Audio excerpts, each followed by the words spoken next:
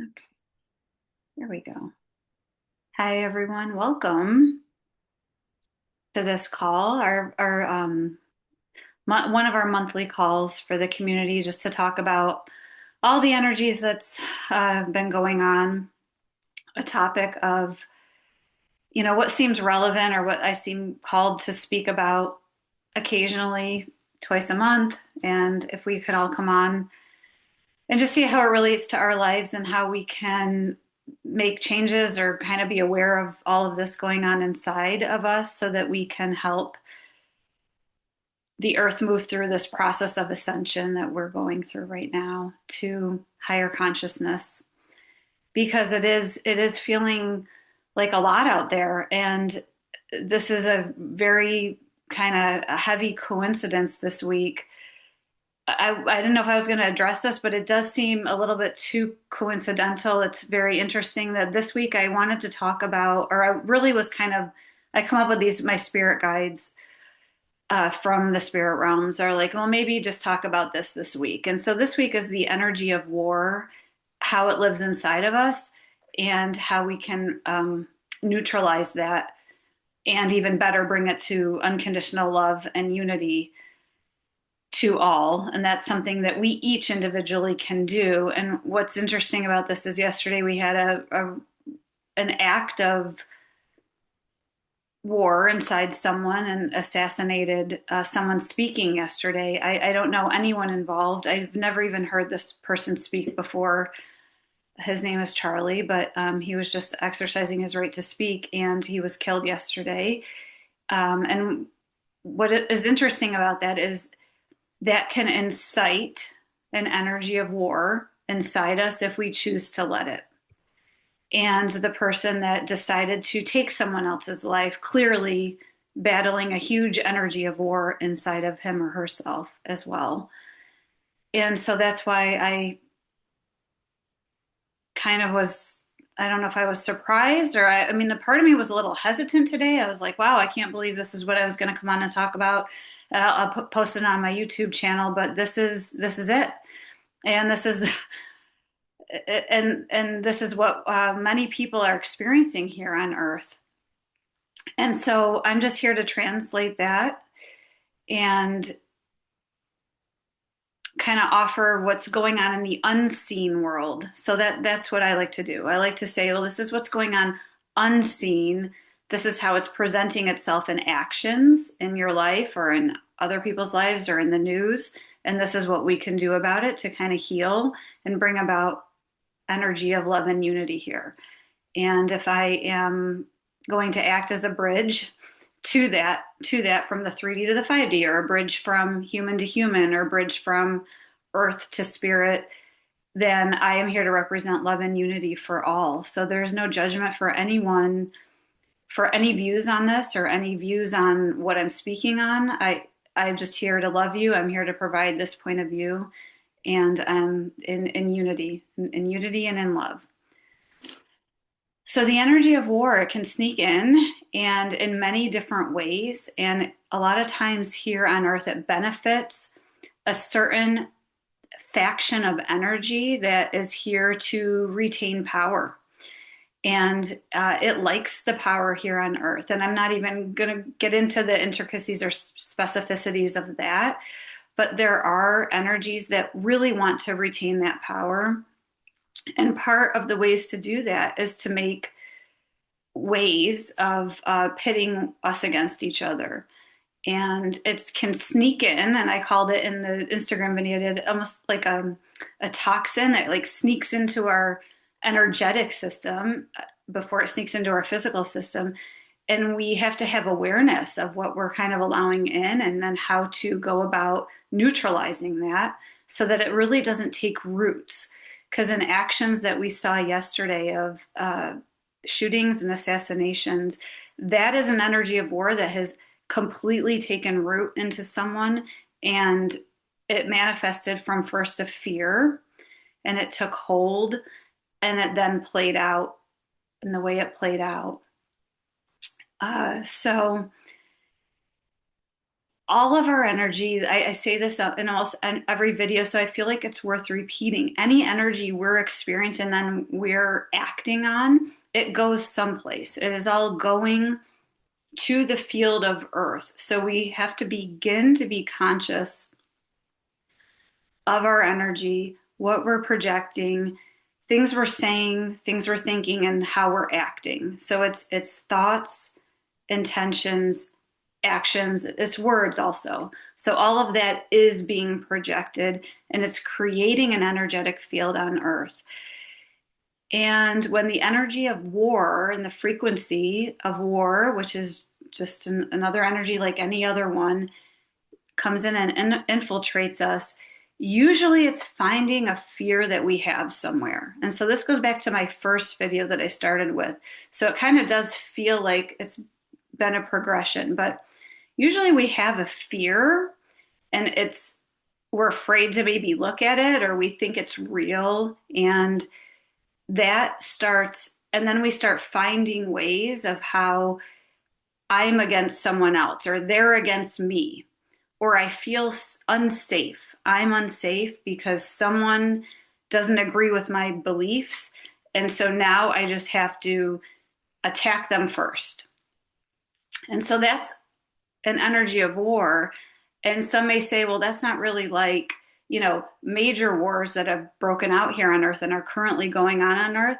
But it actually is a similar frequency, if not the same, just on a very less amplified scale.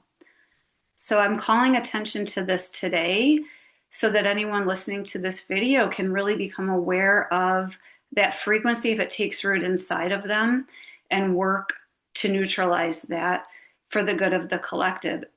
Ultimately, really for the good of yourself and the peace and love inside of yourself, and then the good of the collective. So this, of course, I just feel like this is worth repeating. This does not mean we're not going to have emotions about things. Emotions are very necessary ways of eliminating discord in our fields. So, of course, there's going to be emotions. It's that, are you going to stay stuck in that emotion and rooted in that? And then are you going to act on that? So that's when the frequency of war can start to take root. And so the frequency of war rooted in fear, fear that you are going to lose something or fear that you need to control something to get what you deserve. And the antidote to that, always as usual, is filling yourself with that love and acceptance first and that validation first. And I know that's a huge, tall order. And it's not going to be accomplished in one step or even two steps. Okay. But rooted in the fear that someone's going to take something from you, that you need to fight for something. So you're going to start seeing around even Facebook, around the news, around advocacy groups, things like that, of fighting. So I don't like that term because anytime someone's saying we're fighting, that evokes a discord inside, that evokes an intention to become into the war frequency.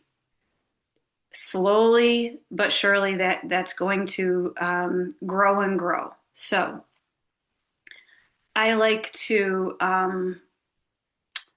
advocate and find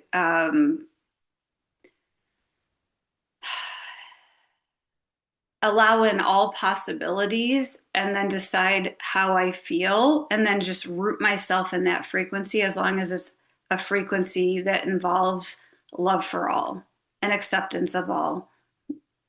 Okay, we're going to get into that later. However, okay, the polarity that comes with the frequency of war, it's one side against the other. It's black versus white. It's I'm right and you're wrong. And I talk about this a lot. And a few years ago, when I was trying to bring myself out of a frequency of war after a divorce, because that's a really great example, a relationship ending of a frequency of war that can take root in yourself, is I'm against that person. So my spirit guides came in and said, you're both stuck in your poles. It's stuck in your poles. And And it took me a really long time to understand what that meant. And while I was in the thick of it, which is why I ask, we all give each other grace. I give you grace, you give yourself grace, you give everyone else grace. While you're in it, it's really hard to see that you are doing the same thing as the opposite person who you're against or who you're fighting. So I think I'm right. The other person thinks they're right just as much. So we both think we're right. You can cloak it in any sort of moral box that you want to, or moral blanket. And there are, shades of this, but everything is gray. Ultimately, if you're taking a stand that you think you're right and it's rooted in some sort of hierarchy or separation, that's still going to evoke a frequency of war. So the goal for that is to somehow, it's so hard to do, but step out of the situation, try to find peace no matter what, and the surrender to the outcome that you cannot control. Because ultimately, the only thing you can control is how you're feeling inside, what you believe inside. And if that really feels rooted in truth, love, unity, what's best for you, authentic alignment, then the outcome is what it is. And so you can only take action of what feels truth in your heart. It doesn't matter what the other person does. You're not going to force the other person to come to your side of agreement. I don't feel like that's ever worked in history.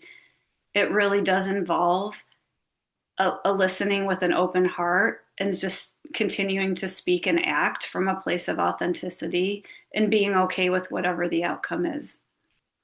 Okay, so ultimately, I said this in the Instagram video too. Ultimately, when we really do this inner work to detach ourselves from the vibration of war, we start really embodying this internal peace, and our external world is always going to reorganize itself for our internal. It's going to be an exact mirror. It's going to take a little bit of time with the work that you're doing. However, a few months down the road, you're going to look around and be like, hey, I don't see all these fights anymore.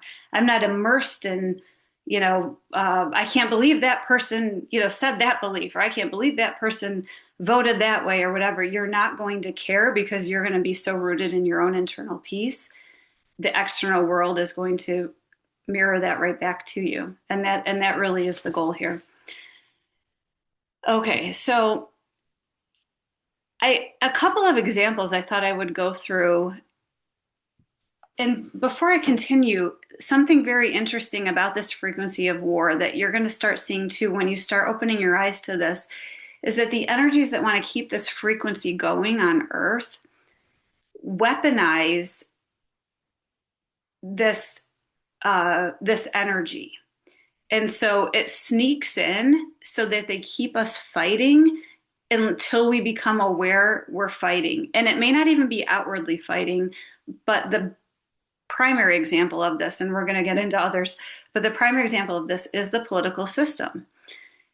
The way the news spins things, the way I don't watch any news anymore. I keep informed on topics of what's going on so I know where I can best send love and compassion to those areas of the earth who are not in any sort of position to do this work themselves because they're literally fighting for survival. And so any energy anyone ever feels called to send that way, I think that's something that we can do if we're fortunate enough to not literally be in a war zone. So I do want to just say that. But when you step back and you see the news organizations and you see other people kind of like, I always see it as like hooking in to, hey, this is going to be a good fight. Let's see who we can get against each other. And the worst part of this is it's infiltrating families, friendships, all the things that are our power here to amplify, which is rooted in mostly in love. It will sneak in and infiltrate in this weaponizing of this war frequency. Like I can get you to be on this side, but I'm going to get your family member to be on that side. And so I just ask that something I said to my family all last year during the elections, and I know elections are coming up, so this is going to come up, is I am just here for unity. I'm here in unity and peace. That's all. So no matter how I vote, no matter who I support, ultimately, I'm just making the best choice I can make in unity and peace for all. I want to see who is trying to be a bridge for all. Okay, so that aside, we went over the divorce scenario. That's a huge way that it gets people really rooted in that frequency of war. And attorneys for divorces, some want to mediate, some do not. It really depends. So I ask you use your space from your heart to see, does my attorney really want to help me mediate this and mitigate, as much war as possible, like that kind of thing. Um, but I had an example from the health realm this past Monday. I think it was after the full moon.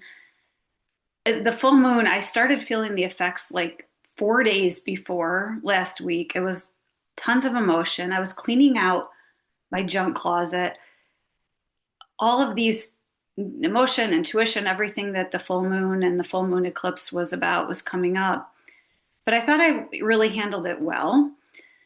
And then on Monday, and I really was feeling very good. I was like, okay, even got an Instagram post out because social media, I try not to be at war with that. That's something I've had to work on a lot, is inviting it into work for me instead of feeling like I don't like it, because I really try to minimize that frequency inside of me. However, for health, this is a great example. Monday, I woke up with a giant headache, like a huge migraine, and I felt hungover, and that wasn't possible because I had had no alcohol. But I was like, I really feel awful, and every time I tried to get a quiet moment to myself, nothing was working. I didn't really want to take a pharma drug, and I was like, let me just sit down in a moment of quiet.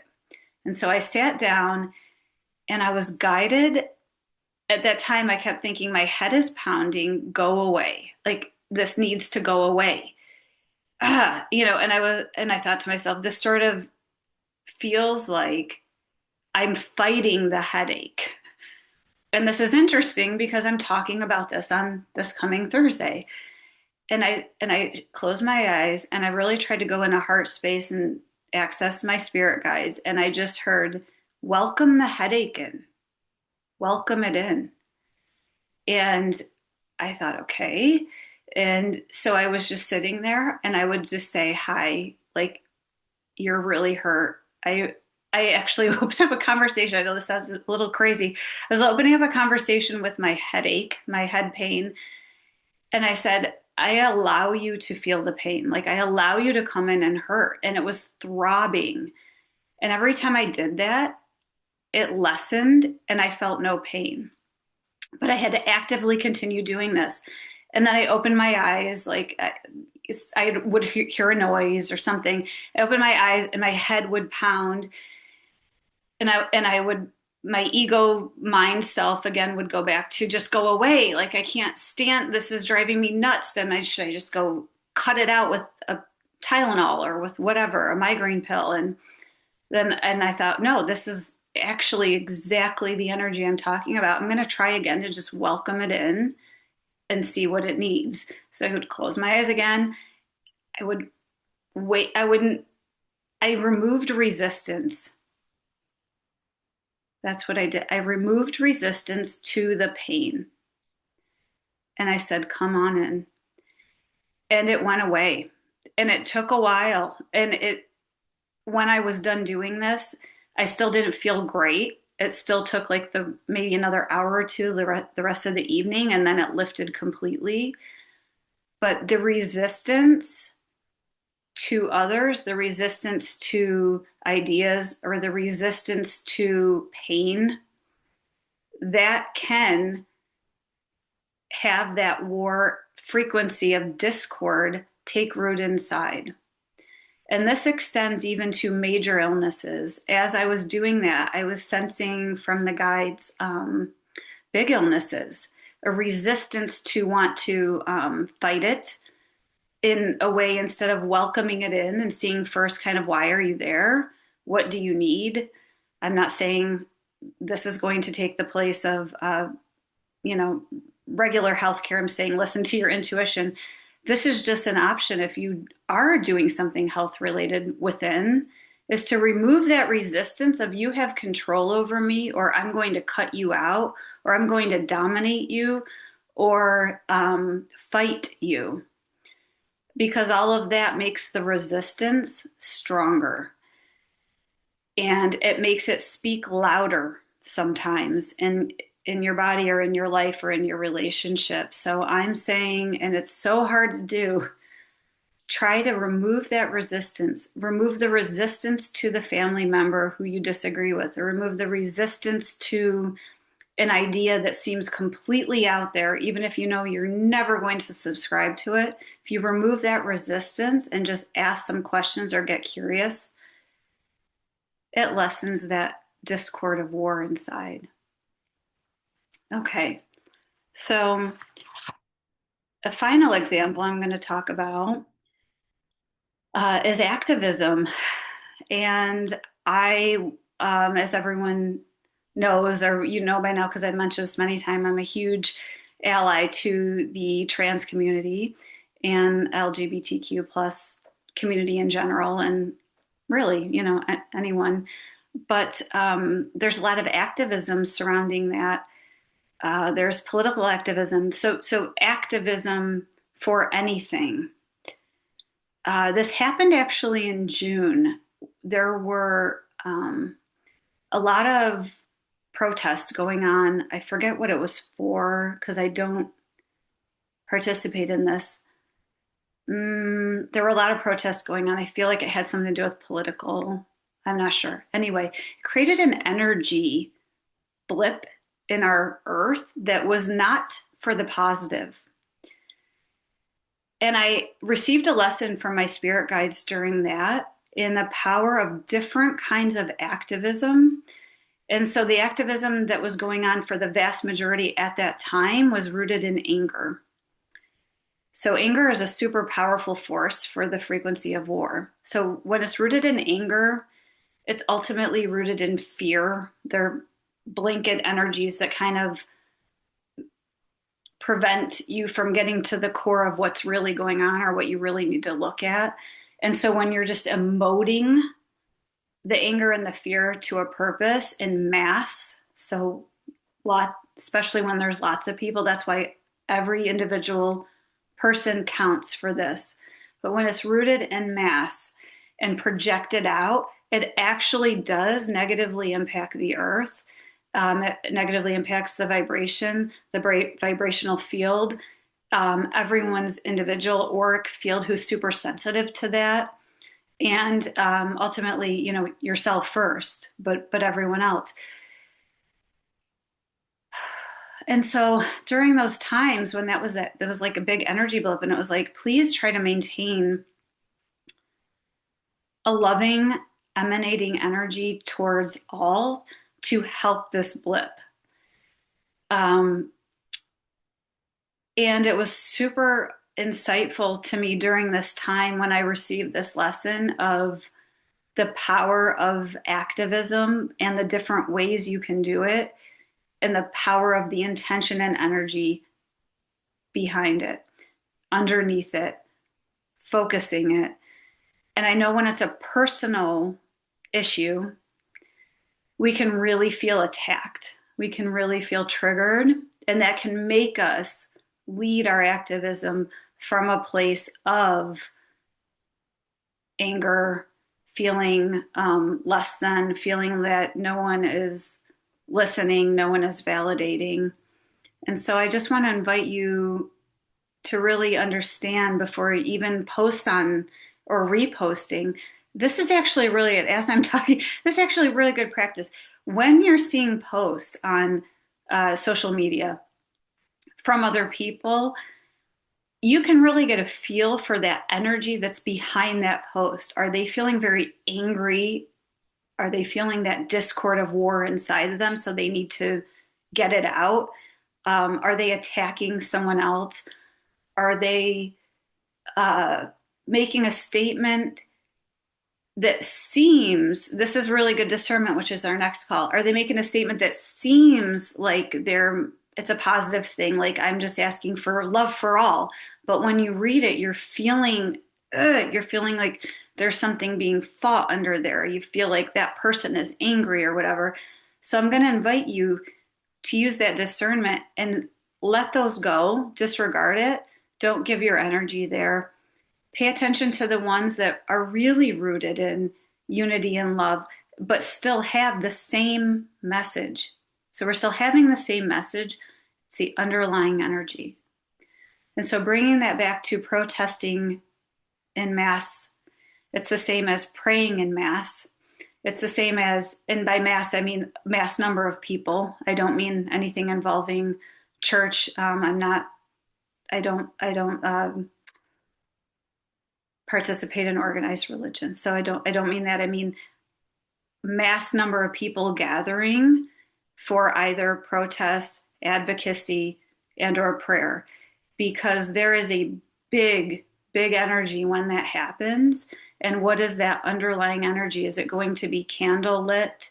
Is it going to be heart centered? Is it going to be offering up love to all, even those that are still sleeping, even those that don't know that their actions have had devastating consequences? Can you find that love for all?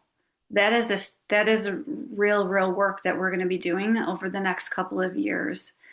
Can you send love to that person um, that did not that acted on impulse or acted out from a place of hurt? Can you see how maybe that is a part of the human collective that asked to be seen and lost their way?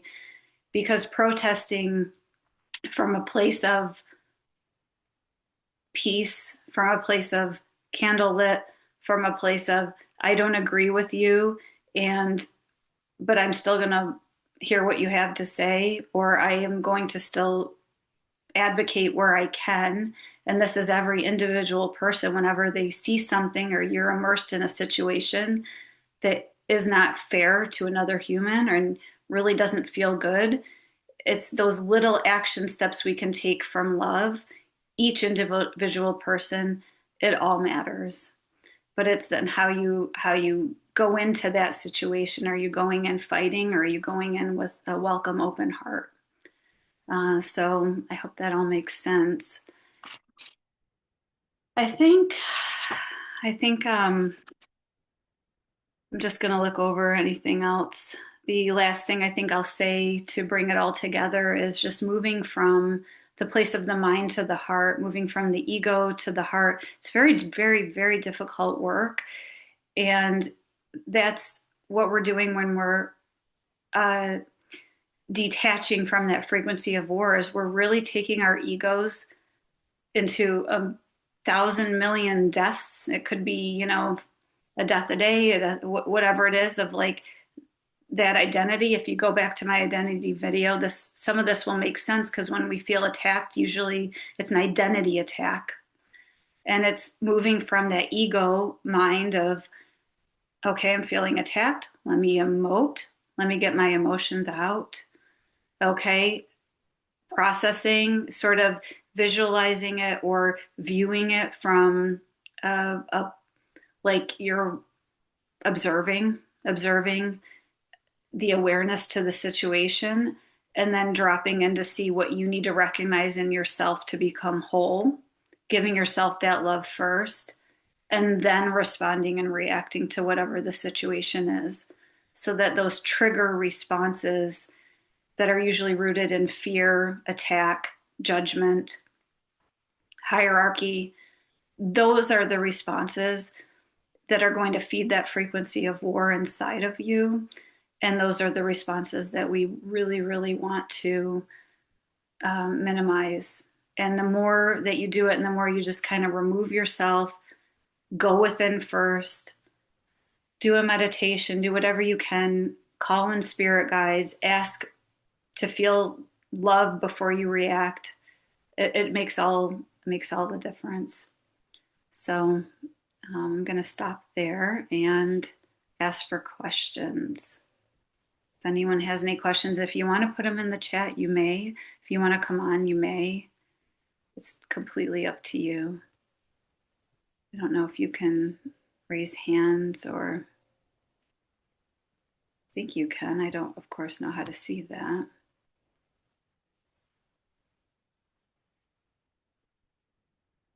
Um, or comments or a situation or anything. If you have anything, I would love to hear from you. I also had headaches coming up to the full moon, and that's not normal for me. And yeah, I had to like embrace it as well. Although also took Tylenol, but Okay. I think I did. I started out with an Advil too during the day, but then it didn't touch it. mhm, you're right. What did you find? Did you find, have you, I for me, I just got into bed and I was just like, I need to just go to sleep kind of thing and um just start over, tomorrow kind of thing. yeah, that's good. That is good. I don't know how to raise my hand on the thing.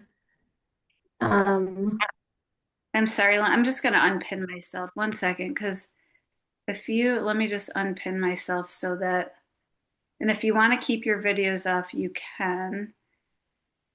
But if I unpin myself, then I can see who's talking or who wants to talk. Okay. And if everyone else can mute, and then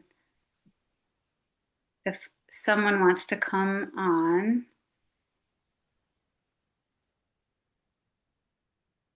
let me know. I have a question. Just go ahead. Go ahead. If you said that war is just an energy, right? And energy in and of itself is never good or bad, it's neutral. Is there a situation where the energy of war would be helpful? Because it's being used in a very unhelpful way Mhm. in mass right now. Does that exist? That is such a great question. I am going to answer this in a historical way, actually. Okay. So, yes, it served a purpose. I'm going to go back a few thousand years. The earth was reset, essentially. So, we were in a time of more fifth dimensional, higher energies with the times of Lemuria and Atlantis here. We had moved into ancient Egypt. Around that time, when the earth reset, we sort of started from zero. And so at that time, when souls began reincarnating again on earth, it was without that thread connected to the I am that I am presence, the thread connected to the soul, the thread connected to source, the thread connected to love. And so, of course, it has served a purpose in our period of separation. So I think war ultimately has served its purpose. However, we are moving to unity consciousness. Are all souls going to take that path immediately? No. So, in that respect, I completely agree. There is no right or wrong. If you feel you're on that path where you're trying to move to the unity consciousness now instead of ultimately we're all going to be there. So there's no right and wrong. But right now, Earth itself is actually shifting to 5D. She is shifting, she is ascending. Anyone that wants to help with her, in order to unify, we cannot carry with us that frequency of war because that is not unified, it is discordant.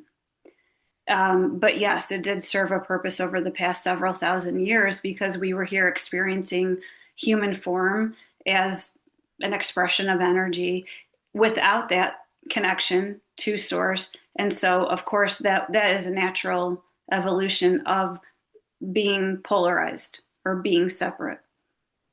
I think that's I don't know. I don't know if there are any, in my head, I'm like, have there been any other civilizations that have immersed themselves in a third dimension and uh, not engaged in war? I don't know the answer to that, but I'm curious. I'm not sure. I don't know what anyone's thoughts are on that. I think that would be difficult, but I'm not sure. Does that make sense? Yeah, like Jill just commented, it's 9/11 today. Yes. That's the. Yeah. I have another question, but Tanya just came on, so I Oh, feel like she might have a question. No. Okay, sorry, Tanya. Um, you've kind of said it, but sometimes it helps me to hear it like really condensed in like a word, maybe. Because when you say like, okay, stop resisting, a lot of people think of the opposite of resistance, which is like either acceptance, but like kind of a negative acceptance of like, oh, it just is what it is, and I have to go with it because I don't have a choice. Like being rolled over, being steamrolled over, like that's the opposite. But what you're saying is not actually the opposite of resistance. It's something separate from resistance. So instead of saying like stop resisting, can you put it in a term where it's like it is the thing? D- yes. It actually is a welcoming in of everything.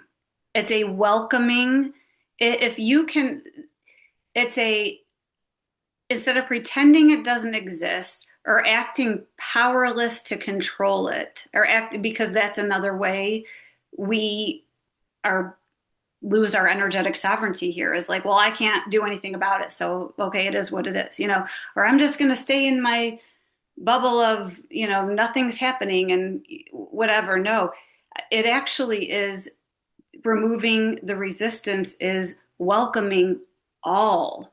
So if you can get to a point where you see how that could be you if you had that circumstances, or that could have been you in a different life, or that could be you if you didn't have, if you weren't born into a certain geographical area of the country, or that could, like, whenever you say if that could be me, that's expanding your, ooh, let's hit this, that's expanding your heart to empathy and inviting it all in. So you're less in a place of my identity is this. Does that make sense? Like, so you're in a boxed identity here. The more we can shatter through that and see how we are all and we are everything, and embody that, and then send love to the people that cannot feel it themselves, or the people that feel so hurt they have to hurt others. Truly, that is how we help one person at a time here.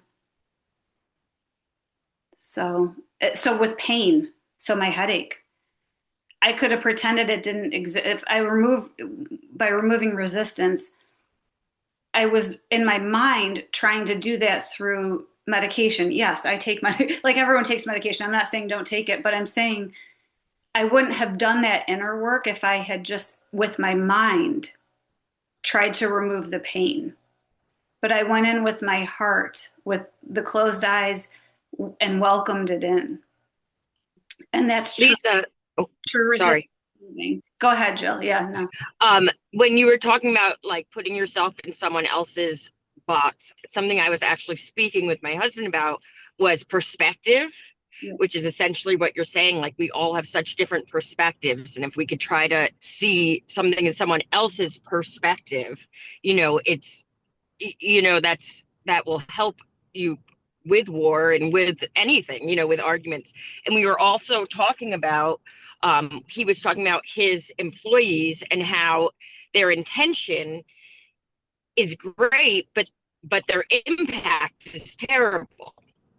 So they had a great intention, but once they, did whatever it was that they were intending, the impact didn't fall out the way they had intended. And so we were talking about intention and impact and perspective. Yeah. Just thought this was all like relevant. Yeah. I think it's good to assume the best in others first. Yeah. But I think that's great. Does anyone else have any comments or thoughts? Or I know that was a lot, but it feels really synchronous, like the day this fell on that I had had this planned and the date of September 11th in general, talk about energy of war, right? Um, that we are trying to transmute. So hopefully, even just with this conversation, we're transmuting a little bit of residual energetic war too that still exists. Because all of that is going to be collapsed into a unified field as we continue on this process. But we can't collapse things we don't acknowledge or things we don't take responsibility for, things we don't see, things we don't like that can't be collapsed into that 0 point of the heart center. Um, I know that was a lot. Is there any, does anyone else have anything or any thoughts It or was a lot, Lisa, but it was really good.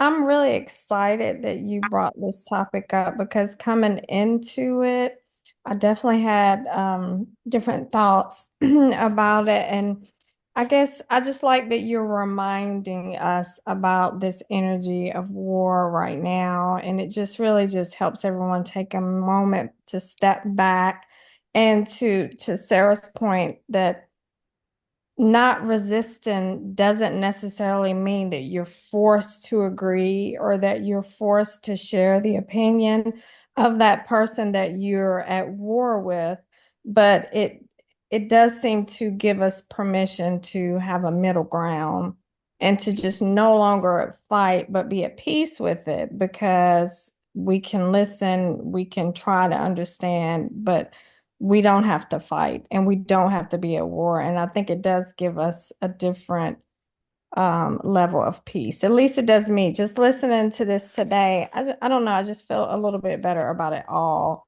than I felt before your call. So it was good. It was very good. And it was a lot. And it's a very hot topic and it's stressful and it's intense.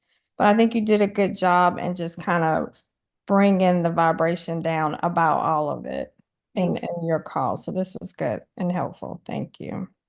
I think speaking to that, actually, something that came up as you were speaking is the importance of really owning your authenticity too. So, as you, what you said was like, you don't have to agree with someone else. Absolutely. But there is a lot of power we can all individually take back when we speak how we feel, when we speak our truth instead of hide it away or think maybe someone else will speak it or whatever. As long as we're speaking from a place of love and we're, especially if we're trying to stand up for a group that has a lesser voice or perceived to have a lesser voice, Mhm. I think every word we speak that is aligned in truth and love, especially with our heart, is very, very important. And I think a lot of times in the past, for me, I'll just be quiet because it's just easier than engaging in war, you know. And I think also in the past, I would happily have engaged in. I say all this from a place of evolution because I was the first one to fight verbally, you know, many years ago. And so I have done that, and I know that's not going to get me anywhere. And it has been a lot of inner work. Uh, and I've attacked back when I feel threatened. Of course, we all have. We're all human. But going forth, just bringing awareness to that and speaking what we want to speak from the place of love and just say, like, I know what you believe, you know, this is what I believe. And I'm just here to say it with love instead of even being silent. Because I think, you know, silence sometimes has power over us too, that is negative, you know, that just dims us, dims our impact. Okay. That's good. Thank you, Lisa. So it's a good idea. It's good to use your voice and express how you feel about this discussion or issue or war that we're in.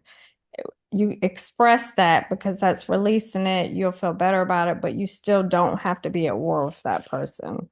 No. And in it, as long as you're waiting until you really are able to express it in a way that's not going to make the discordant energy worse. Oh, That doesn't mean yeah. you're not going to fight with people. I'm just saying overall, Mhm. this is an overall embodiment practice, really. And it's just finding that place of peace and love Mhm. first. Thanks, Jill. Um, and my mind was just going somewhere else and I've lost it. But yeah, that's a lot of awareness and a lot of inner work and a lot of energetic practices and all of that. And maybe we'll do a whole session on different energy practices actually as I'm talking would be good. Yes, go ahead, Sarah. Can you do a session on this kind of specifically geared towards empaths? Because when you're talking, I I feel that from people definitely, and I've tried. It's like I both sides feel their discomfort when they think that I have something different to say, or I just feel like they're Yes. just general. Like for example, my dad is very against organized religion and like Christian people. And the other day he was saying, "Oh, all they try to do is convert you. All they do is that. And my mom and I were just like, "You're doing the same thing that they're doing, just opposite." But so like around him, I feel his discomfort, and I feel like if I talk about, interest in exploring that, or I was going to live with two girls who were heavily involved in the church, he was like, "Don't do that, don't do that." But then I go around someone who is heavily involved in the church, I'm like, okay, now I have to be more religious or Christian. I have to act certain ways around them so that they don't feel so that they don't feel uncomfortable. And I know the answer is like technically back to that embodiment thing, but it's hard. And like when you feel both sides, so it's like, oh, whoever I'm around, I have to cater to them because I don't want to feel your discomfort. Yeah. Is there What I just heard you say. A few years ago, my New Year's resolution was, I don't know how great I did at it. I'm still working on it. So it was a few, and not a resolution, but intention. I don't do resolutions, but I was not going to modify what I was saying based on how I knew the other person would react, so I didn't have to feel it. That was my that was my intention of that year. And I did start out, I think, doing well, and I'm getting a little bit better at it, but it's very hard when you know you're going to feel what they're going to reply with, right? Like you're going to, and it's uncomfortable. So I'll think on it. What comes to mind immediately is an energetic shield and a practicing for on safe people that are going to love you no matter what. Just making a small comment, like I know of something that feels good to you out of love that still stays true to you. Because ultimately, that's what we want to be speaking what is true to us, what is authentic to us. And we're not able to control the other person's reaction or emotion, right? Ever. And if we stayed quiet, maybe nothing would change. That was ultimately what I landed on. If I stay quiet, maybe nothing will change because then I'm just in a fantasy land where all my thoughts are just inside of myself. You know, Nothing's actually being produced in the world, or I'm not actually creating anything. I'm not actually affecting any change because it's just stuck inside of me, even if I feel it's loving and good and would be of service to others. It's not serving anyone. So maybe something like that, like coming into really serving yourself first. And as empaths, it goes against how we are wired. And yet that's it's our greatest gift and our greatest hurdle. Everything that's our greatest gift is always our greatest hurdle. It's always.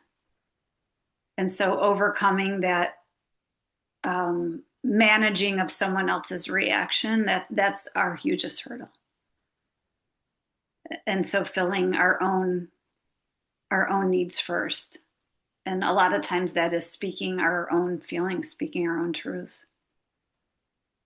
And acknowledging the other, hey, I know you feel this way. A lot of times I'll do it, like, I know you're not going to like what I have to say. Like, you're not going to want to hear this, and I'm really sorry, but I feel I have to say it. A lot of times I'll start out like that. Yeah. So, anything else, or I love you guys. Thank you. And if there's anything else, I mean, I can stay on a little longer. If not, I think we're good. Okay. All right. Have a great day, everyone. Thanks, Lisa, so much. Thank you. Bye. You guys. Okay. Bye. Bye.